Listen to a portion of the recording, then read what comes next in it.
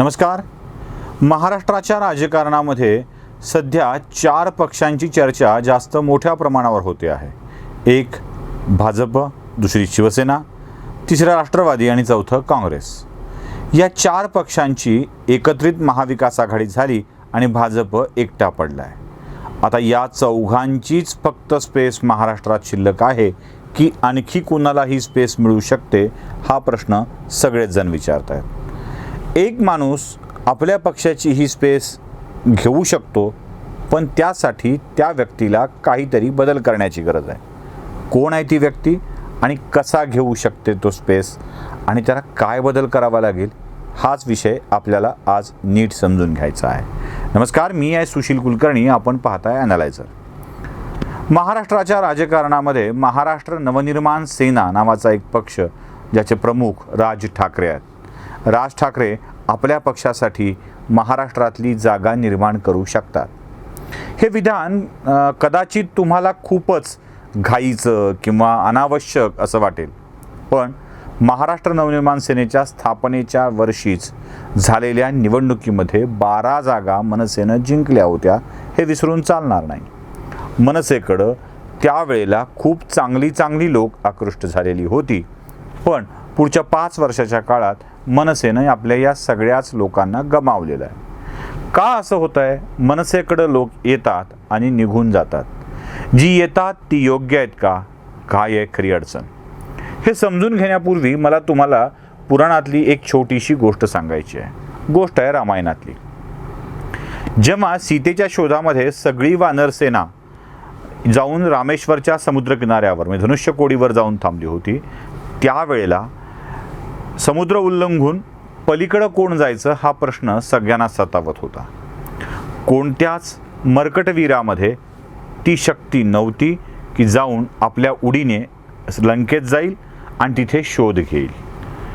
खरं तर ही शक्ती एका माणसात होती, पण त्याला त्या शक्तीची जाणीव नव्हती. शेवटी हनुमंताला त्याच्या शक्तीची जाणीव जांबुवंताला करून द्यावी लागली आणि सांगितलं की हनुमाना, तुझ्यामध्ये हे समुद्र उल्लंघून जाण्याची क्षमता आहे. मग जांबुवंताच्या समजावून सांगितल्यानंतर हनुमानाला त्याच्या शक्तीची जाणीव झाली. तोपर्यंत हनुमान हतबुद्ध होऊन निराश होऊन बसला होता.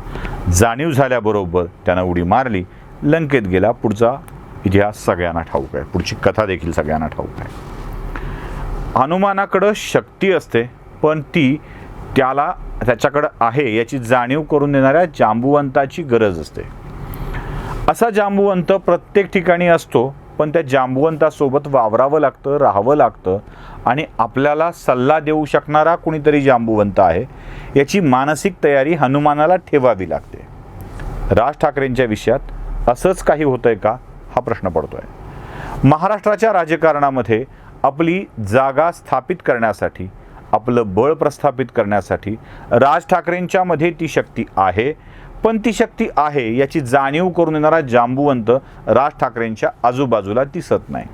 हा दिसत नाही, येत नाही की थांबू दिला जात नाही, या प्रश्नाची उत्तरं राज ठाकरेंना शोधावी लागतील. साधं सोपं सरळ गणित म्हणजे राज ठाकरेंना तिघांच्या कचाट्यातून बाहेर पडावं लागेल. एक स्टार, दुसरे यार आणि तिसरे कलाकार. स्टार, यार, कलाकार हे राज ठाकरेंच्या राजकारणाला बंदिस्त करतायत का? स्टारडम राज ठाकरेंच्याकडं ठाकरेपासूनच आहे, म्हणजे ठाकरे या नावामुळंच आहे. आणि या स्टारडममुळं राज ठाकरे हे महाराष्ट्रातील एक मोठे नेते आहेत. ठाकरे घराण्याचं स्टारडम तर आहेच आहे, पण त्याशिवाय राज ठाकरे यांची एक स्वतःची वेगळी शैली आहे. बिनधास्त, बिनदिक्कत असा हा नेता म्हणून लोकांना नक्कीच आवडतो.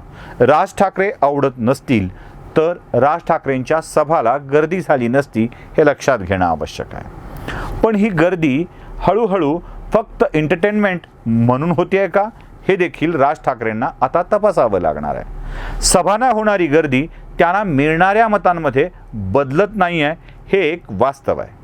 बाळासाहेब ठाकरे यांच्या सभांना देखील सुरुवातीच्या काळामध्ये गर्दी व्हायची, पण मतं मात्र मिळत नव्हती. पुढे बाळासाहेब ठाकरेंना मतं मिळू लागली.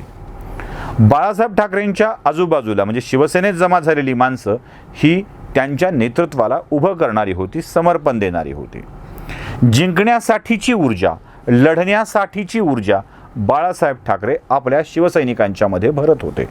म्हणूनच एक साधारणसा मुंबई शहरापुरता असलेला पक्ष खूप मोठा पक्ष होऊ शकला. मनसेमध्ये मात्र असं होताना दिसत नाहीये.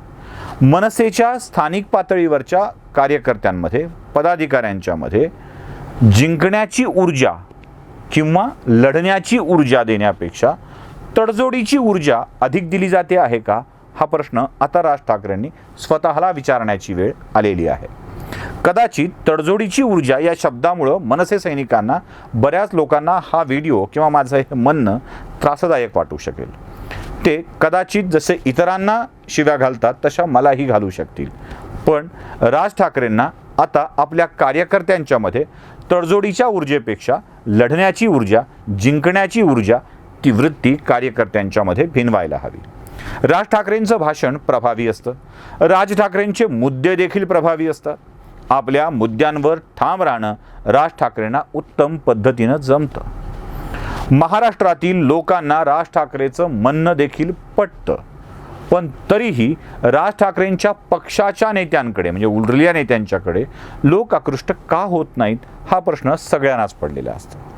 याचं मुख्य कारण असं आहे की राज ठाकरेंच्या भोवती जे वलय आहे ते वलय राज ठाकरेंच्यापर्यंत खऱ्या लोकांना पोहोचू देत नाही. राज ठाकरेंनी आपल्या आजूबाजूला जांबुवंत, नल, नील यांची रचना करण्याऐवजी स्टार, यार आणि कलाकारांची रचना करून ठेवलेली आहे. त्यांचे मित्र, पक्ष, राजकीय पक्ष मित्रांना सांभाळण्यासाठी चालवायचा नसतो हे राज ठाकरेंना मी सांगावं इतके राज ठाकरे दुधखुळे नक्कीच नाही आहेत किंवा मी देखील राजकारणात मुरलेला व्यक्ती नाही आहे. राज ठाकरेंना हे उत्तम पद्धतीनं माहीत आहे की पक्ष मित्रांकरता नसतो. राज ठाकरेंना हे पण उत्तम पद्धतीनं ठाऊक आहे की पक्ष कलाकारांसाठी नसतो. कलाकारांच्या बाबतीत मानधनावर अभिनय करण्याची सोय असते, पक्ष कलाकारांचा देखील नसतो. आणि स्टारडममध्ये अडकून राहिलो तर सामान्य माणसांच्यापर्यंत आपली नाळ पोहोचतच नाही. आजूबाजूला असलेली मंडळी, खुशमस्करी किंवा रिपोर्ट्स देणारी मंडळी, या सगळ्यांच्यामुळं होतं काय तर वास्तविकता राज ठाकरेंच्यापर्यंत जिल्हा स्तरावरची, तालुका स्तरावरची पोहोचत नाही. राज ठाकरेंच्यापर्यंत विषय पोहोचवणं, कार्यकर्त्यांनी पोहोचणं दुरापास्त होऊन जातं आणि बनाबना या विषय राज ठाकरे सहजपणे समजून जातात. अनेक प्रसंगातून हे घडलेलं आहे. एका प्रसंगाचा तर मी देखील साक्षीदार आहे. बीडमध्ये एक प्रसंग घडला होता, ज्या प्रसंगात काय घडलं हे समजून न घेताच राज ठाकरेंनी काही ॲक्शन घेतलेल्या होत्या. वस्तुस्थिती काय आहे, एक मारामारी घडली होती 2 पदाधिकाऱ्यांच्यामध्ये. त्या मारामारीत जे काही दिसलं, जे काही बघितलं, त्याची जशी रिपोर्टिंग मिळाली त्याप्रमाणे राज ठाकरेंनी निर्णय घेतला आणि अनेक आपल्या चांगल्या शिलेदारांना गमावलं. ज्यांचं समर्थन, जनसमर्थन आहे, जे लोकांमध्ये आहेत, ज्यांची निवडून येण्याची क्षमता आहे, त्यांना बळ देण्याची गरज आहे. जिल्हा परिषद निवडणुकीमधल्या अशा कितीतरी जागा आहेत जिथे राज ठाकरेंनी नुसती भेट दिली असती, सभा घेतली असती, बळ दिलं असतं तरीही जिल्हा परिषदेच्या त्या जागा निवडून आल्या असत्या. विधानसभेमध्ये देखील असंच झालंय. आमदारांची रिपोर्टिंग हे राज ठाकरेंच्या आजूबाजूची मंडळी करू लागली तेव्हा मात्र गडबड झाली. राम आणि रावणाच्या युद्धामध्ये रामाचा विजय होण्याचं कारण रामाचा भाऊ रामाच्या सोबत होता आणि रावणाचा भाऊ नुसता रावणाच्या सोबत नव्हता असं नाही, तर तो देखील रामाच्या सोबत होता. आपली भाऊबंदकी, आपल्या जवळची माणसं ही आपल्याच विरोधात काम करू लागली की गडबड होते हे राज ठाकरेंना नक्कीच समजत असेल. पण तरीही राज ठाकरे याकडं कानाडोळा करतात. राज ठाकरेंचा पक्ष वाढला पाहिजे असं का वाटतं तर आताच्या घडीला महाराष्ट्रामध्ये एका पक्षाची जागा अजूनही शिल्लक आहे.